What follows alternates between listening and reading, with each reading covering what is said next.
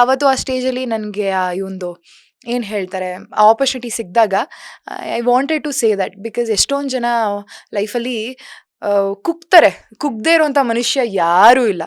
But ಕುಗ್ಗಿದಾಗ ಮತ್ತೆ ಎದ್ದು ಬರ್ತೀವಿ ಅಲ್ವಾ? ಅದು ತುಂಬ ಇಂಪಾರ್ಟೆಂಟ್ ಆಗುತ್ತೆ.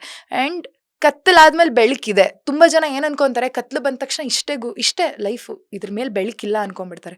ಬಟ್ ಖಂಡಿತವಾಗ್ಲೂ ಬೆಳಕಿರುತ್ತೆ. ಆ ಕತ್ಲೆನ ದಾಟ್ಕೊಂಬರ್ಬೇಕು. ಆ ಕತ್ಲೆನ ದಾಟ್ಕೊಂಬಂದಾಗ ನಾವು ಒಂದು ಹೊಸ ವ್ಯಕ್ತಿಯಾಗಿ ಬದಲಾಗಿರ್ತೀವಿ. ಸೊ ಹಾಗಾಗಿ ಆ ಒಂದು ಸ್ಟೇಜ್ ನನ್ಗೆ ಬೆಳಕಾಗಿ ಅವಾಗ ಆ ಟೈಮಲ್ಲಿ ನನಗೆ ಕಾಣಿಸಿದ್ದು ಭರ್ಜರಿ ಬ್ಯಾಚುಲರ್ಸ್. ನಾನು ನನ್ನ ಲೈಫಲ್ಲಿ ಒಂದು ಡಾರ್ಕ್ ಫೇಸ್ ಹೋಗ್ತಾ ಇದ್ದೆ.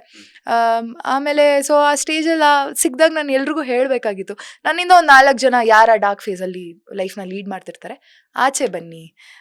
ಆಚೆ ಬಂದು ಒಂದು ಬ್ಯೂಟಿಫುಲ್ ಲೈಫ್ ಇರುತ್ತೆ, ಕಟ್ಕೊಳ್ಳಿ ಅಂತ ನಾನು ಹೇಳಬೇಕಿದೆ. ನಾನು ಆಲ್ಸೋ ನನಗೆ ಡಿ ಬಾಸ್ ನನ್ನ ದೊಡ್ಡ ಅಭಿಮಾನಿ, ಡಿ ಬಾಸ್ ಅವ್ರ ಅಭಿಮಾನಿ. ಸೊ ಅವ್ರದ್ದೊಂದು ಮಾತು ನನಗೆ ಯಾವಾಗಲೂ ನನ್ನ ಡಾರ್ಕ್ ಫೇಸಲ್ಲಿ ನನ್ನನ್ನು ಯಾವಾಗಲೂ ಮೋಟಿವೇಟ್ ಮಾಡ್ತಾ ಇದ್ದಿದ್ದು ಅಂದರೆ,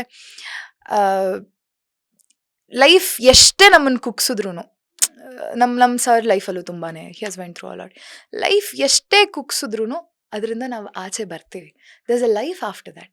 ಸೊ ಡಿ ಬಾಸ್ ಅವ್ರ ಮಾತುಗಳು ಆ್ಯಂಡ್ ಎವ್ರಿಥಿಂಗ್ ಯುನೋ, ಕತ್ಲಾದ್ಮೇಲೆ ಬೆಳಕಿದೆ ಲೈಫಲ್ಲಿ. ಸೊ ಆ ಸ್ಟೇಜ್ ಮೇಲೆ ಹೇಳಬೇಕಿತ್ತು ನಾನು, ಸೊ ಹೇಳಿದೆ ಅಷ್ಟೇ.